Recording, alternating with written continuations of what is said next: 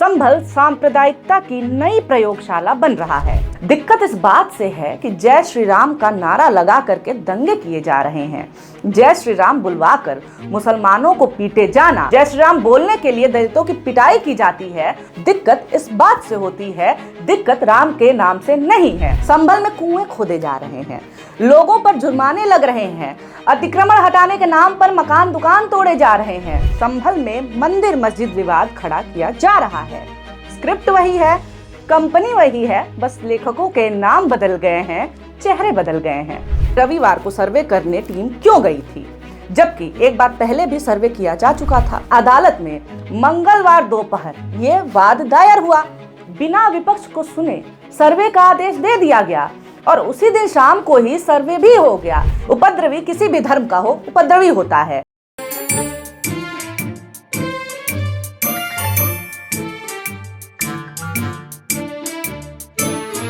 नमस्कार, मेरा नाम है निवेदिता शांडिल्य और आप देख रहे हैं मॉलिटिक्स। एक और अयोध्या बनाने की तैयारी चल रही है। हम बात कर रहे हैं संभल की। संभल सांप्रदायिकता की नई प्रयोगशाला बन रहा है। जिस तरह से अयोध्या में बाबरी मस्जिद विध्वंस सिलसिलेवार ढंग से प्लान किया गया था, कुछ उसी तरह से संभल में मंदिर मस्जिद विवाद खड़ा किया जा रहा है। स्क्रिप्ट वही है, कंपनी वही है, बस लेखकों के नाम बदल गए हैं, चेहरे बदल गए हैं। संभल वालों ने कभी सोचा नहीं था कि वो इस तरह से उत्तर प्रदेश की राजनीति की धुरी बन जाएंगे।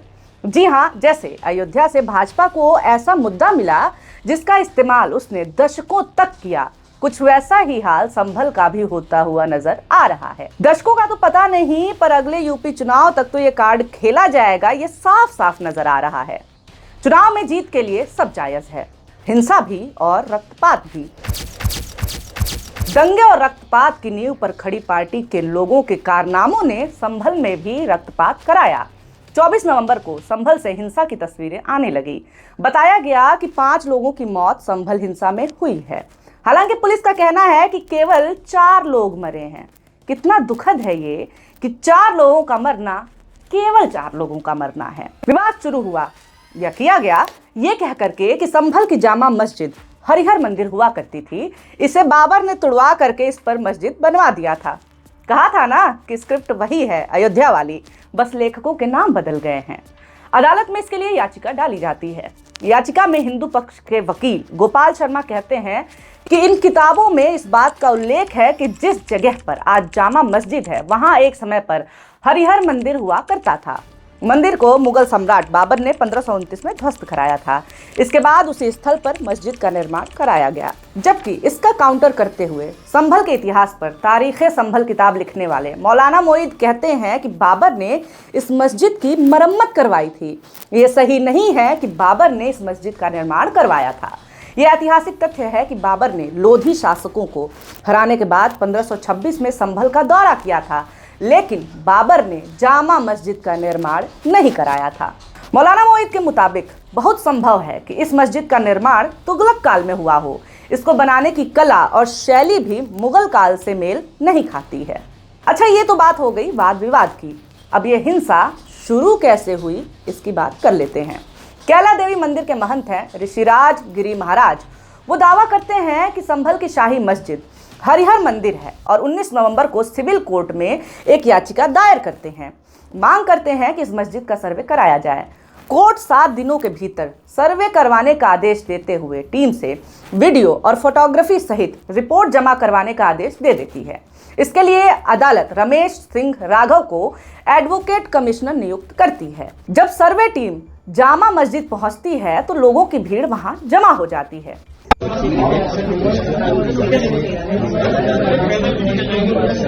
सवाल यह है कि रविवार को सर्वे करने टीम क्यों गई थी, जबकि एक बार पहले भी सर्वे किया जा चुका था।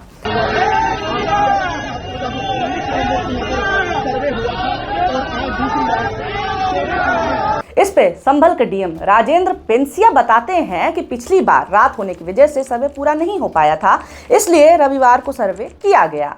अब देखिए, इसका मतलब तो साफ है कि टीम इतनी नौसिखिया रही होगी कि उसे इस बात का अंदाजा भी नहीं था कि किस समय जाना चाहिए या कितने समय तक सूरज ढल जाएगा।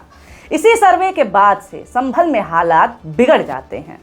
अखिलेश यादव ने तभी कह दिया था कि ये सब कुछ अपनी चुनावी धांधली को छुपाने के लिए किया जा रहा है। जी हां, हिंसा के जरिए चुनावी धांधली को छुपाने का काम हो रहा है। जिस तरह के घटनाक्रम संभल में रहे और हो रहे हैं, उन पर गौर करने पर अखिलेश यादव की बात सही लगती है। डीएम साहब के मुताबिक सर्वे ठीक चल रहा था, लेकिन मस्जिद के बाहर पहुंची भीड़ ने अचानक से पुलिस पर पथराव किया, जिससे तनाव की स्थिति पैदा हो गई। लेकिन यह हैरानी की बात है कि अदालत में मंगलवार दोपहर ये वाद दायर हुआ।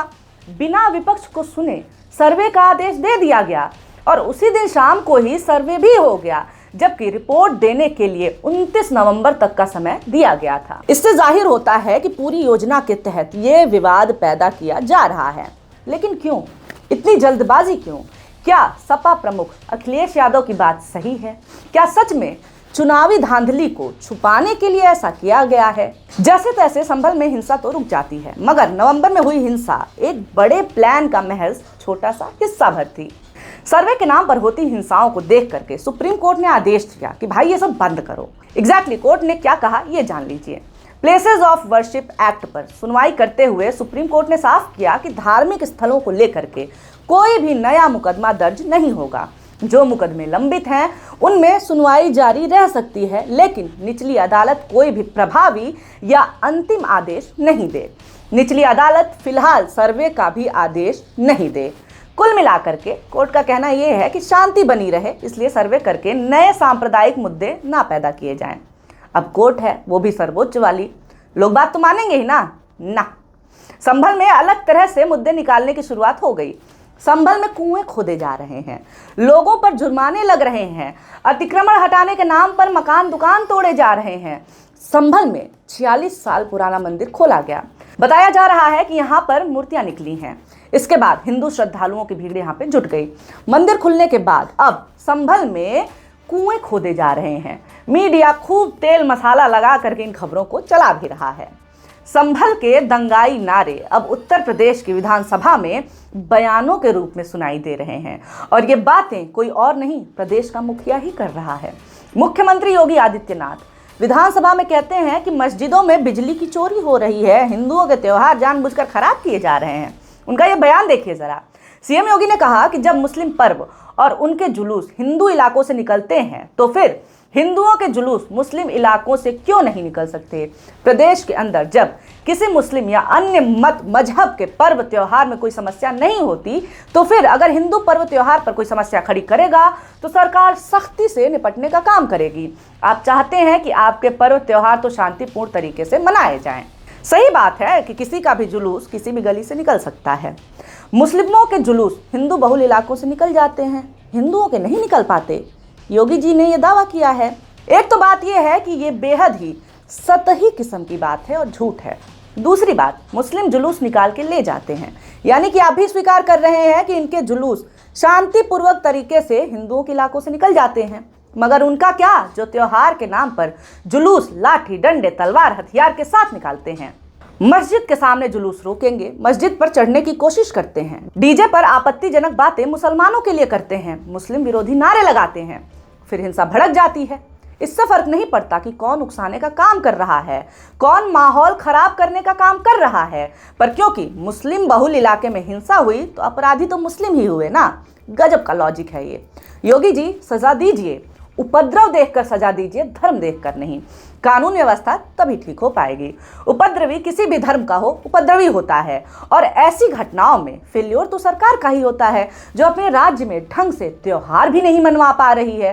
कैसे हिंसा करने वालों को फ्री पास दिया जाता है, इसका नमूना देखिए। योगी कह रहे हैं कि जय श्री राम किसी ने बोल दिया तो क्यों चिढ़े, ये चिढ़ाने वाली बात थोड़ी न है। राम राम तो पश्चिम में हमारे यहाँ अभिवादन है। अभिवादन से दिक्कत तो किसी को नहीं है योगी जी। दिक्कत इस बात से है कि जय श्री राम का नारा लगा करके दंगे किए जा रहे हैं।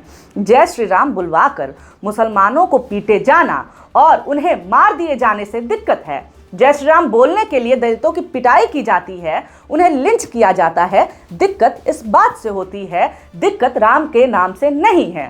योगी जी सवाल पूछ रहे हैं कि संभल में रातों रात मूर्तियां कहां से आ गई, क्या प्रशासन ने रखवाया है क्या?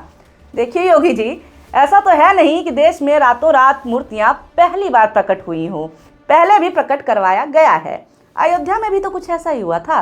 रातों रात मूर्तियां प्रकट हुई, मगर कोर्ट में मानना पड़ा कि मूर्ति प्रकट नहीं हुई, करवाई गई थी। कुछ लोगों ने रख दिया था अंदर जाकर के मूर्ति को। तो नफरत की राजनीति में कुछ भी असंभव नहीं है।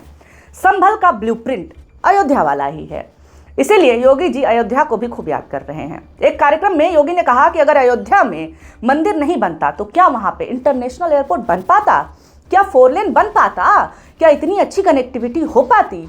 अगर जनता को ये सुविधाएं देने के लिए मंदिर का बनना ज़रूरी है या होना ज़रूरी है तो शर्म आनी चाहिए ऐसी सरकार को और उसके मुखिया को। ये सुविधाएं तो वैसे भी जनता को मिलनी चाहिए, मगर मंदिर नहीं है तो विकास नहीं करेंगे क्या? क्या मजाक चल रहा है ये? अयोध्या का दांव तो खुद अयोध्या में ही फेल हो गया। काशी मथुरा को लेकर माहौल बनाने की कोशिश तो खूब की जा रही है, मगर वो माहौल बन नहीं पा रहा है। इसलिए संभल को अब अगला टारगेट बनाया गया है वोट की रोटी सेकने के लिए। संभल के इस पूरे मामले पर आपका क्या कहना है, ये कमेंट करके हमें ज़रूर बताएं। वीडियो आपने देख लिया है, अच्छा लगा हो, पसंद आया हो तो लाइक ज़रूर कर दें और ऐसे ही वीडियोज़ आपके सामने आते रहें जो अन्य माध्यमों से नहीं आ पाते हैं। इसके लिए हमारे चैनल मॉलिटिक्स को सब्सक्राइब करना ना भूलें। ये वीडियो देखने के लिए बहुत शुक्रिया, बहुत धन्यवाद।